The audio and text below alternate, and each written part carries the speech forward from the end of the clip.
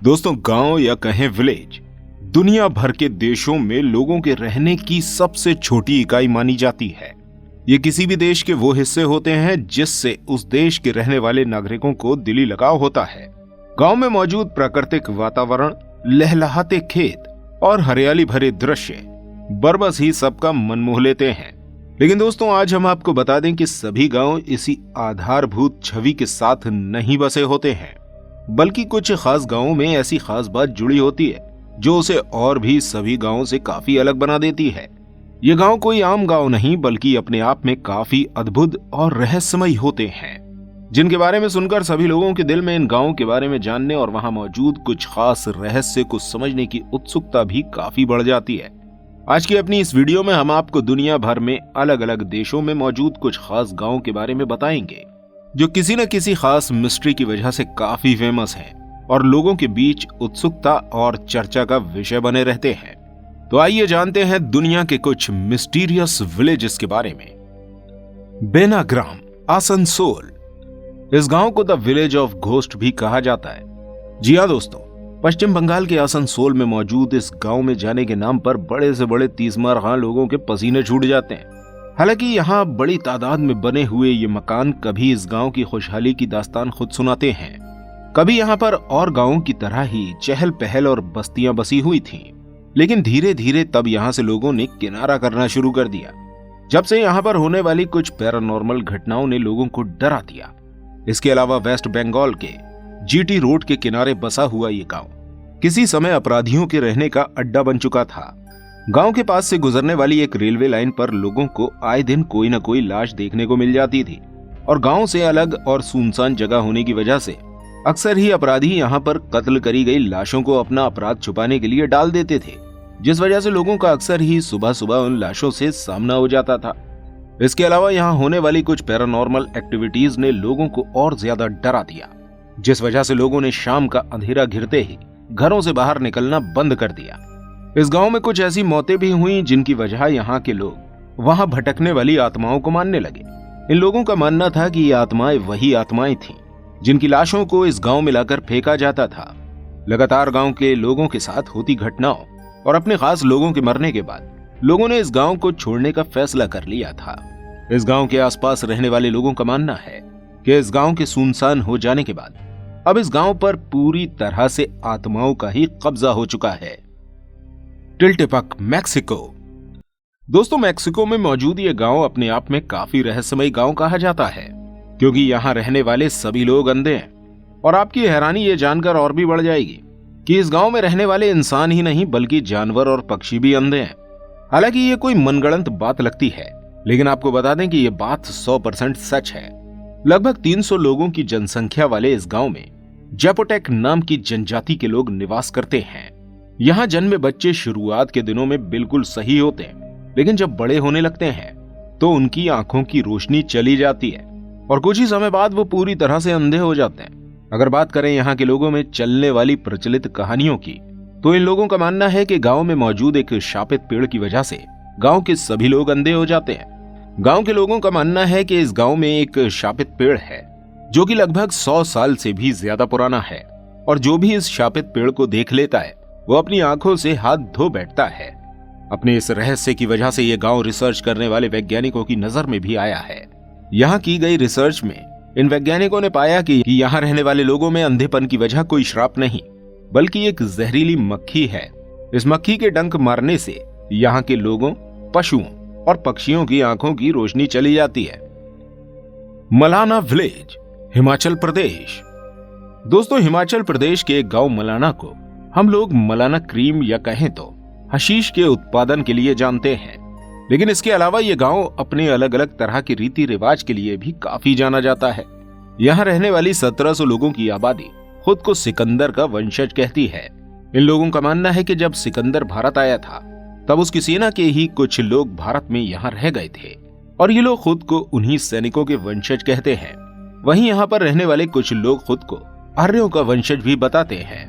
लेकिन आपको बता दें कि ये गांव सिकंदर या आर्यों के वंशजों की वजह से खास नहीं है, बल्कि ये गांव अपने अलग ही कानून की वजह से जाना जाता है।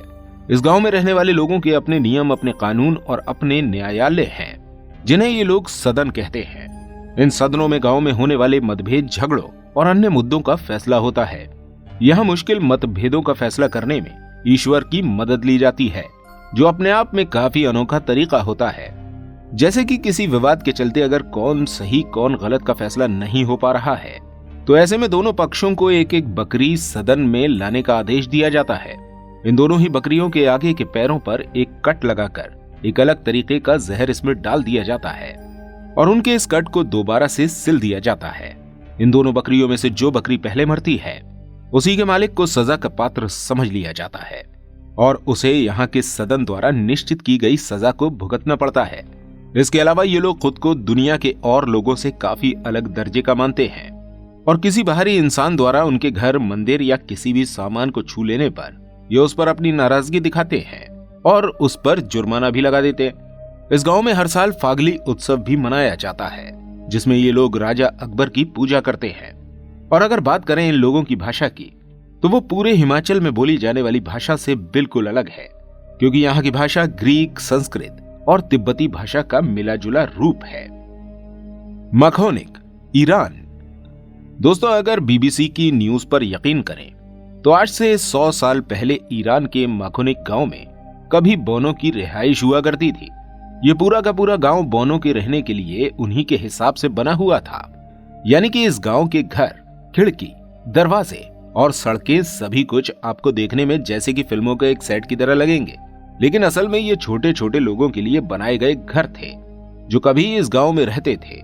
बताया जाता है कि ये गांव ईरान के उन दूरस्थ इलाकों में मौजूद था जहां पर खेती के नाम पर कोई भी फसल या फिर अनाज नहीं होता था और इसी वजह से यहाँ के लोग ज्यादातर शलजम, खजूर और बेर जैसी चीजों को खाकर ही अपना गुजर करते थे। आहार में होती कमी की वजह से यहाँ के लोग कुपोषण का शिकार होने लगे थे और इनमें ये कुपोषण छोटी हाइट के रूप में देखने को मिला था। धीरे धीरे ये छोटी हाइट यहाँ की जेनेटिक कोड में बदल गई और यहाँ मौजूद ये छोटे घर उन्हीं लोगों की जरूरत के हिसाब से बने हुए घर हैं जो सैकड़ों साल पहले कभी यहाँ रहा करते थे। दुर्गापुर, झारखंड।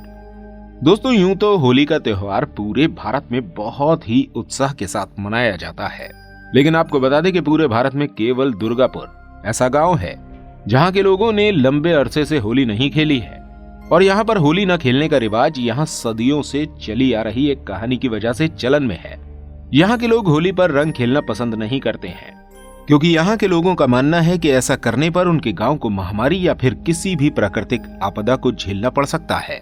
9000 लोगों की आबादी वाले इस गांव में आज भी सैकड़ों साल पहले शासन करने वाले राजा के नियमों का आज भी पालन किया जाता है, क्योंकि लोगों का मानना यह है कि अगर उन्होंने राजा द्वारा दी गई आज्ञाओं का पालन नहीं किया तो सदियों पहले मर चुके राजा का भूत फिर से गांव में आकर कोई तबाही मचा देगा। इस गांव में प्रचलित कहानियों के हिसाब से सैकड़ों साल पहले यहाँ पर दुर्गा प्रसाद नाम के एक राजा का शासन था। उनके शासनकाल में होली काफी धूमधाम से मनाई जाती थी, लेकिन एक बार होली के त्योहार वाले दिन ही किसी वजह से राजा के बेटे की मौत हो गई थी।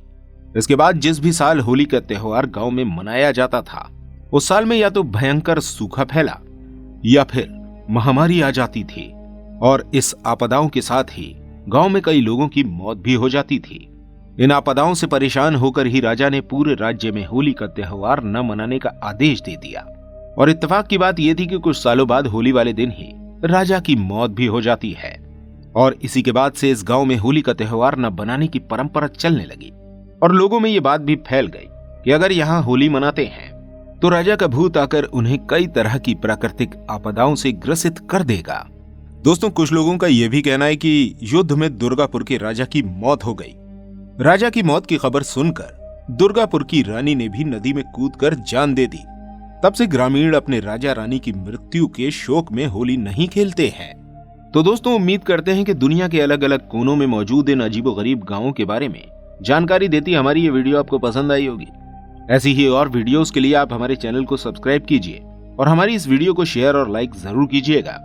मिलते हैं आपसे फिर किसी अगली वीडियो के साथ। धन्यवाद।